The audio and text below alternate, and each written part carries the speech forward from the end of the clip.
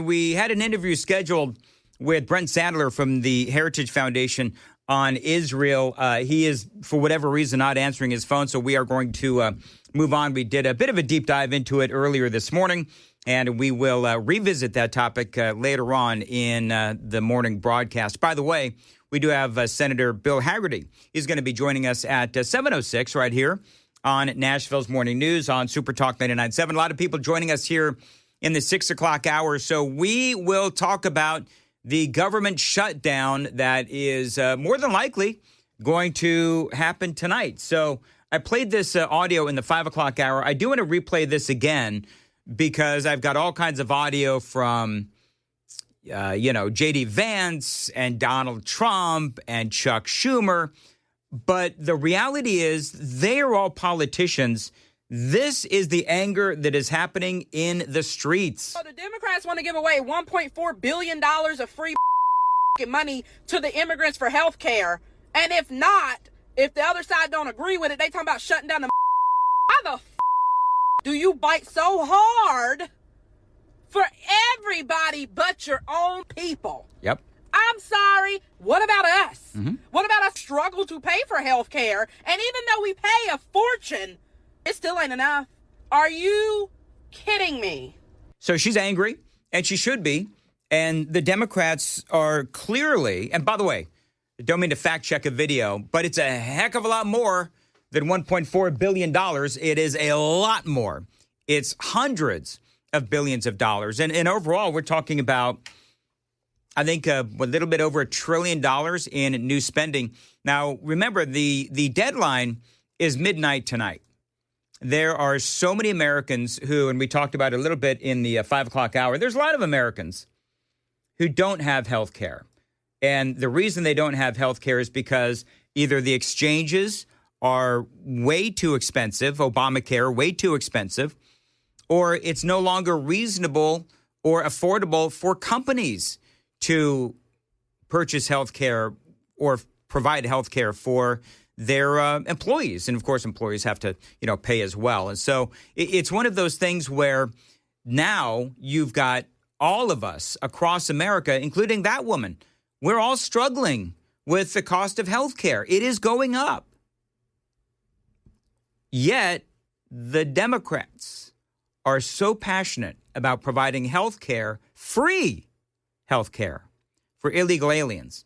So I would like more money in my paycheck so that I can afford my health care costs and not provide health care to people who come to our country illegally. And they get it. Here's the other thing. This is what's crazy, is that even if you have health care, you're paying for it. I mean, if you are, you're employed and you've got a job, well, then you're paying a certain amount of money to have those healthcare benefits that your work is sort of partnering with you to provide for you and your family.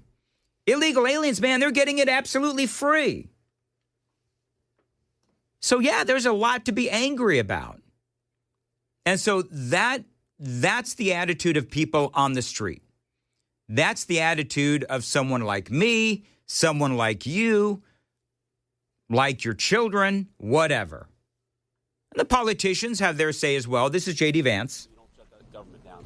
We have disagreements about health care policy, but you don't shut the government down. You don't use your policy disagreements as leverage to not pay our troops, to not have essential services of government actually function. You don't say the fact that you disagree about a particular tax provision is an excuse for shutting down the people's government and all the essential services that come along with it. If you look at what Chuck Schumer has said in the past consistently, it's whatever our disagreements are, let's negotiate with them. Let's talk about them. Let's figure out a bipartisan solution, but you don't shut the government down. In other words, you don't put a gun to the American people's head and say, unless you do exactly what Senate and House Democrats want you to do, we're going to shut down your government. That's exactly what they're proposing out there. All right. So that is, again, obviously Vice President J.D. Vance. I think the reason there is such frustration among Republicans is that we haven't had a shutdown. Joan, do you know when the last time we had a shutdown? 7 years. Yeah. 7 years. And the Democrats clearly are trying to score political points with their base on this. And Chuck Schumer is trying to save his job. We're going to get into that in a second.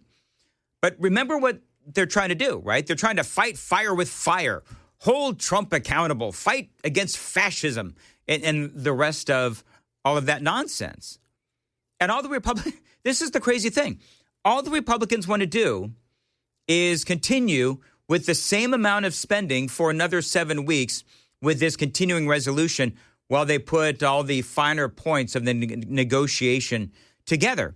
And by the way, remember, this is Democrat spending.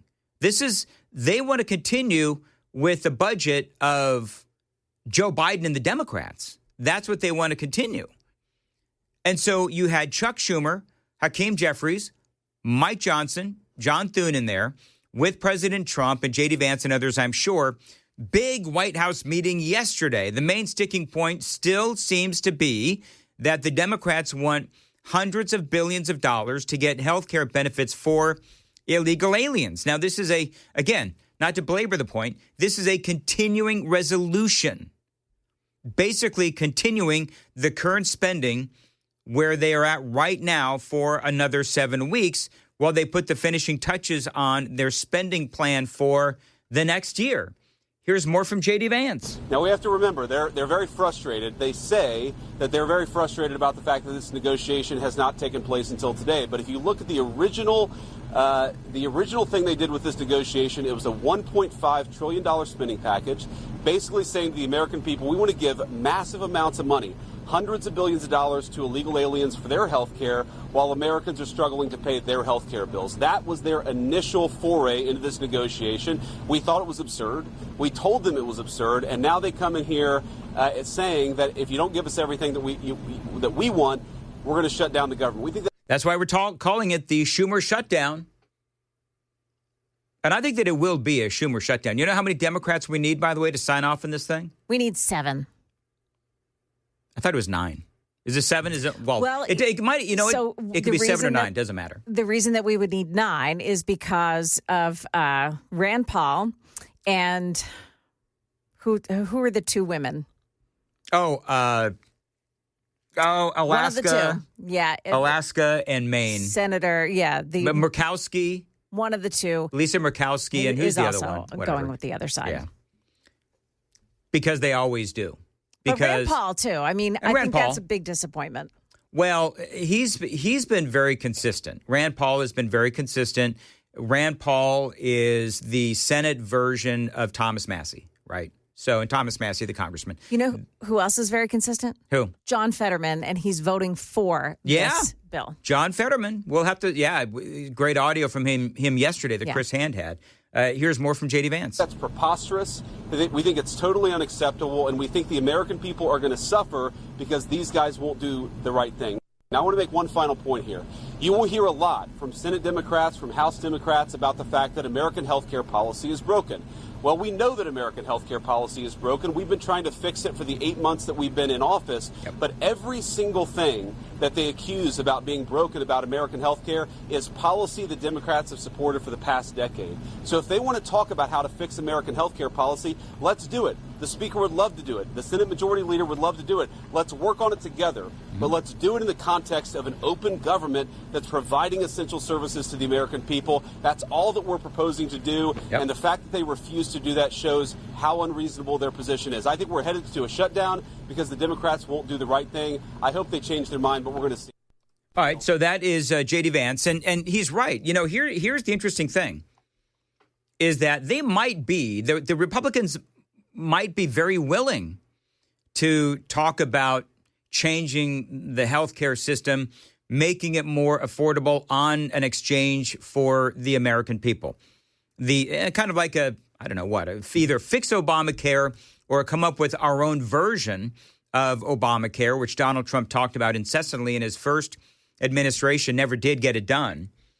But here's the thing. If they can figure out a way, because remember what the Republicans, their new brand kind of is, which is very pro-family, right?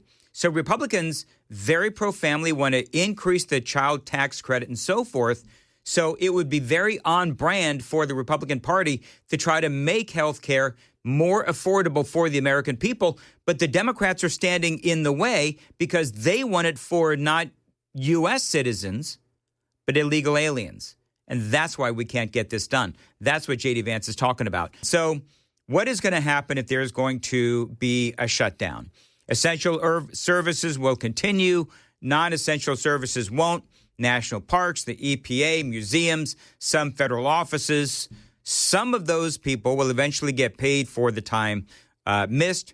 Vendors and contractors that work with the government, they will be impacted. The markets could be impacted because they don't like uncertainty. They say that we could lose billions of dollars in GDP. But again, this is up to the Democrats, who are refusing to simply extend the current budget for 7 weeks. This is what the Democrats are doing. I like what Andy Biggs had to say. And remember, we've got Senator Bill Hagerty. He's going to be joining us after the news at 7, and he's going to give us his perspective. But this is Representative Andy Biggs. The Democrats, it seems performative on the part of the Democrats, and I'll tell you why. It's because I think that the shoe's on the other foot now. They're the ones that are going to be the ones blamed for the shutdown. They know they're going to be blamed for the shutdown. And I would say that you might get a 3 to 7 day shutdown, and then they come to the table and say, okay, we're just going to do it. Because in reality, what the Republicans have done is they've said, we're going to give you 7 weeks. We can continue to do the appropriations process during that 7 weeks. We can continue to negotiate, but give us 7 weeks. And the Democrats are saying, we don't want that. We want everything right now. And I think that it's performative on the part of the Democrats, and they'll cave ultimately. Interesting. Well, and here's part of what's going on. So this is part of the dynamic. Part of the dynamic is that Chuck Schumer, and I've got some audio here of up Chuck Schumer. Part of the dynamic is that, remember back in March when he gave in to I'm going to use the term caved, when he caved to the Republicans and approved the last continuing resolution, and you had AOC, you had The View, you had all of these people coming after Schumer. Do you know that polling in Schumer's district, he's up for re-election in, I think, is it 2026? Look that up for me. Is it 26 or 28? Chuck Schumer is up for re-election here in the next couple of years. AOC's got a 20-point lead, according to some polling. So Schumer is just trying to maintain his position. Schumer is just trying to ward off a primary challenge from one AOC. So that's why he's not going to back down on this. They're talking about how the dynamic really feels different. I'm going to ask Hagerty this question, Senator Hagerty this question. But the whole thing feels just a little different because neither side, and I think President Trump even said yesterday, we're not backing down on this, and I don't know how we fix this. When is Schumer up for re-election? Dumb Duck Schumer is in office till January of 2029. So he's up for re-election in 2028. Yeah. Yeah. Okay. So we'll have to see if he caves. It doesn't feel like he is. He is. How old is he? How old is Chuck Schumer? Some people are so addicted to the power. This is, by the way, what Schumer says about this whole thing. We have very large differences on health care and on their ability to undo whatever budget we agree to through rescissions and through impoundment, as well as pocket rescissions. And I think for the first time, the president heard our objections and heard why we needed a bipartisan bill. Do you know what? I'm looking at this video, right? You people watching on Super Talk TV. Do you know what somebody needs to do? Sam, maybe you're the person to do it. Chuck Schumer is wearing an American flag lapel. Somebody's got to change that and have that to be the American flag, the Honduran flag, the Guatemalan flag, the whatever else. You know what I'm talking about? All these foreign flags is what he needs to be wearing on his lapel, because the American people are the group of people that he seems concerned about the least, because they are focused on illegal aliens. I would just take a play out of the Chris Hand playbook and slap a green suction cup silicone. I don't get it. I don't get the joke. What? I don't get what? Joan, do you understand the joke? Don't follow. No. Oh, they were only throwing them on the WNBA courts for quite a while. Remember, we've got Senator Bill Hagerty joining us a little after 7 here on Nashville's Morning News. Going to talk about Israel. We're going to talk about the looming government shutdown. and a whole lot more. And you hear what happened on Sunday here in Nashville, here in Tennessee, obviously. A knife-wielding psycho was on the Vandy campus. This guy who's got a long list of priors. Now, I think we had part of this story yesterday. This dude has a long list of priors, and he's on the Vandy campus just chasing students with a knife. Many students I spoke with here today tell me they had no idea the convicted criminal was on their campus over the weekend. They tell me they are concerned since the university never told them anything about it, and they fear it'll happen again. Yeah, the Fox reporter there, Fox 17 reporter, and there's a lot of questions. First of all, when this was going on, Vandy's emergency alert system did not send notification texts. Now, I don't know about you, Joan, but isn't notification text, isn't that like the easiest technology right now? You would think it would be, yeah. I mean, they had a working system because they had notifications go out a few days ago or like 3 weeks ago now. But this guy is roaming around campus with a knife going after students, and no notification texts were sent out. And number two, Vandy does have security. But this dude, he's running around with a knife chasing students. And by the way, and I'm going to mention this yet again, Vandy is a gun-free campus. So these students, even if they wanted to, they aren't allowed to carry guns on campus. Fish in a barrel. Now, what have we always said? Bad guys. I'd be willing to bet that, openly carrying knives and trying to stab students, I'd be willing to bet that is also frowned upon there at Vandy. However, bad guys don't follow rules. And so these students, if they wanted to protect themselves, they wouldn't be allowed to. Vanderbilt students like Daniel Gormazano are shocked convicted criminal Kirakuris Johnson got on their campus not once, but twice. It is definitely scary knowing that at any time there could be someone who has the intent of hurting or harming other people on campus. Yeah, this dude, again, he had a rap sheet a mile long. He's got, when somebody's a really bad criminal because of the amount of mugshots that they have. And this dude, during the report, he had 10 mugshots. So you know that he's been arrested and charged, all that, at least 10 times. So I don't know if this dude is just a perpetual criminal or has mental problems, but it seems to me like he's probably got mental issues and should be in jail. According to court documents, he was convicted of aggravated burglary in 2009, aggravated robbery with a deadly weapon in 2010. He is also facing a charge of invasion of privacy, peeping Tom, from 2024. Police say he was caught in the bathroom peering over a stall door to look at a woman undress. Every time I hear about this, it brings to light more issues of safety and concerns. I called and emailed Vanderbilt University spokesperson to ask why students were not alerted of Sunday's incident and what measures are Vanderbilt University taking to ensure the safety of students. I'm still waiting to hear back. I mean, Vandy apparently didn't want to talk about what happened. Remember, and this is no knock on the police or the security guards, and by the way, people are piping in. Brian says Vandy's security/police are wimps. A lot of people dogging on Vandy. But remember that when seconds count, police or campus security, they're minutes away. And the sad part about all of this is that this guy, again, clearly criminal, has mental issues. I don't know if you heard, Joan, but one of the things that he was busted for was going into the women's bathroom and peering over the stall. At a woman undressing. A woman undressing. That's fine. Now, he should be free. Sure, yeah. He should be free. You know what, Joan? Just make the women's bathroom a man-free zone. I'm sure that'll work, right? That'll do it, sure. Because criminals pay attention to rules. That's what I'm saying. Well, at Vanderbilt, you might have to get specific on, Yeah, gender and all that? Yeah.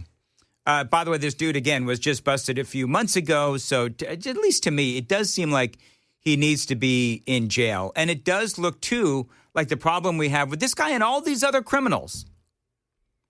Whether we're talking about Nashville, whether we're talking about Memphis, you name the city.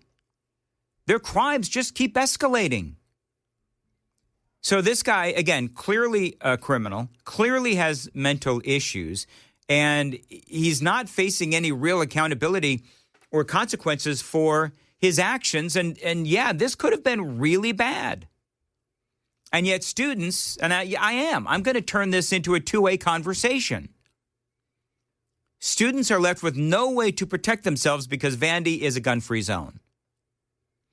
You were telling me this off the air, and I don't know, Joan or Sam, I probably shouldn't wander into this without knowing all of the details, but you were telling me that the father of the woman murdered on the train in Charlotte is now speaking out. No, and this is the other case. The other case. This was the case before. I'm sorry, Sam. This is the case before Irina Zarutska was killed. Mm-hmm. The case before. Yeah. Yep. And the father is now speaking out, and the guy had, 35 priors or something like that? If you listen to the guy, he says 35 effing priors. Effing priors. He was so mad at this, it was a panel discussion, like they had a discussion about why there's so much crime. 35. And what happened was one of the board members, this was the city board, actually started talking about Irina Zarutska. And we're so sorry for your loss. And the guy said, hang on a minute.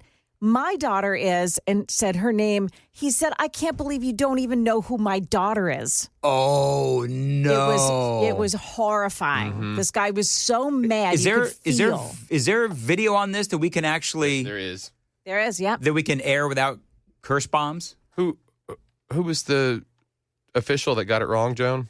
It was a town official, like the, a city official, a city board member. While you guys look for that, we do have some interesting news out of Louisiana.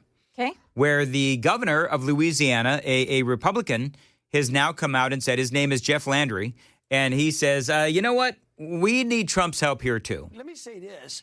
President Trump has amassed the best cabinet of public servants and folks who really want to fight crime, like General Bondi, Secretary Noem, FBI Director Kash Patel. These folks know how to keep Americans safe. And you know what? Tonight, we're sending the Department of War a request to send the National Guard, asking them to deploy the National Guard here in Louisiana into our cities like New Orleans and Baton Rouge and others, so we can continue to reduce the amount of violence on our streets. Why would you not want your citizens to be safe? I mean, it brings up a great point. By the way, Joan, Sam is telling me that just moments ago, we have found out that there was a machete attack on Trinity Lane. Yep. Here in Nashville. This morning? Yep. Yeah. One person was seriously injured in an attack Tuesday morning that reportedly involved a machete, according to authorities. I just wonder, who's got a machete just on standby? You know, how big is it? I mean, to be classified as machete, it has to at least have like a 2.5 foot blade on it. 2.5 foot? Yeah. Mine's got 3. Right, Metro Police were called around 2 a.m. Tuesday to the area of Whites Creek Pike and West Trinity Lane after the victim reported they were attacked with a machete. Officers render aid until emergency medical services arrived to transport them to Vanderbilt University Medical Center. Well, so I don't know anything about this story, but typically, and Joan being from the East Coast, I know that you know that a machete is the chosen instrument of gang members. Of Tren de Aragua and MS-13. Yeah. So now I don't know if that's the case over there on Trinity Lane. I don't know anything about but I mean, I always find it interesting. Okay, so I don't know anything about machetes. So do they work like a pocket knife where you can? No. You just okay. There's a sheath. It's okay. It's a full puppy. It's what you would call a full tang blade, meaning the blade runs from the top all the way down to the handle. And people are telling me now where I can buy a machete. Of all the things I don't need, it is a machete. Very resourceful people. You don't need one until you need one. Partly sunny and warm, high of 87 today, feeling like 88. Thanks for listening to Nashville's Morning News. 3566. My machete is 2 feet, but it still qualifies as a machete. 3476 says can you hide a machete in your pants? I wouldn't say it's impossible. It's probably difficult. Make sure you got something on the blade, man. I mean, I actually found mine at the bottom of a boat ramp when I was 4. Oh, okay. Very good. Who knows what it was used for? Anyway, hopefully everybody's okay in the machete attack that was on Trinity Lane. And good morning. Real quick, hey, you guys want to hear a quick trash take? Sure. You know what trash take is, right? Think you're going to let us know? It's a dumb take. Yeah. It is a dumb take. Don Lemon has a trash take where he calls out white men. He's so ridiculous. I don't know. What happened to him? Wow, he's always been this way. Has he always been this moronic, or is it like a whiff of desperation? So here's what he said about white men. This is Don Lemon. Wake up, white men. What the is wrong with you? But you're too dumb to even realize that because you're lazy and sitting in front of a computer or a phone and you're just eating it up. So what's funny is, he's talking about how white men want to hearken back to the old days where black people couldn't go to the same school as white people and white men, wouldn't marry black women. Don Lemon is trying to say that is what white men want. We're clinging to the days of the past. According to Don Lemon, who, as he is saying, that white men are lazy in front of a computer, as Don Lemon is sitting in front of a computer. To even realize that because you're lazy and sitting in front of a computer or a phone, right? And you're just eating it up. Oh, my God, look at what they're doing. All of a sudden, my heritage is going to be over. That I won't. I want to live in a country where white kids go to white schools and white people marry each other. What is wrong with that? I want to grow up in the country that my great-grandfather grew up in. That country doesn't exist anymore. Don Lemon. Do you know that's so funny? I don't know any person, any white male that believes in that, where white kids and black kids shouldn't go to school together, and black kids, or I should say black women, white men shouldn't marry. And so I don't know anybody who feels the way that Don Lemon is describing there. Well, and to that point, are we holding whites-only college graduations around the country, or is it point? Black-only graduations? We all across the country. Mm-hmm. It's not white lives matter. It's black lives matter. It's a lot of black-only graduations. So I think this is stupid. I call this a lazy trash take. The other thing it's so utterly predictable with Don Lemon, right? And by the way, everything that I've done today, I've posted on my X feed at Dan Mandis Show. But it is utterly predictable. There are racist people on all sides, of course, but I see more, let's be honest, right? I see more racist comments out there from people like Don Lemon and Jasmine Crockett than I do anyone I know. They'll say that Charlie Kirk was racist, yet they can't provide any video. They can't supply any audio of Charlie Kirk saying anything racist. But this is from the side of let's tone down the rhetoric, right? Don Lemon. So for me, I think it is an absolute trash take. And I was also thinking, does anybody really believe what Don Lemon says anymore? Oh, unfortunately they do. And to that point about Charlie Kirk, the one thing they're attacking him for right now, the one thing is that he disagreed with the medical examiner's report of George Floyd. So because of that, he's automatically racist. And so they're pushing that video around, and they're telling people to share it with your friends that say that Charlie Kirk wasn't a racist and all that. Did Charlie Kirk ever on that video bring up George Floyd's skin color? Never brought up his skin color. Dude was pumped with fentanyl. He had 11 milligrams per whatever in his system, which is enough to cause an overdose. But if you're a regular user, it's up for debate. That's where it's a gray area. And Charlie didn't agree with the analysis. That's all it was. That's it. But that doesn't prove that the man's racist. Exactly. He had so many instances where he had great conversations with black people. And those videos are all over the place. By the way, I got another trash take from Jamal Bowman. I think somebody needs to do, I'm not going to be able, I'll do it at 7:35. I think somebody needs to do a wellness check on Jamal Bowman. Now, you remember Jamal Bowman, he was a congressman. I think that Jamal Bowman, after you hear this at 7:35, you will think, you know what? It is actually possible that Jamal Bowman is so stupid that he did believe that fire alarm was actually a door handle. That's what I was going to ask you. It is quite possible now. After you hear this audio at 7:35.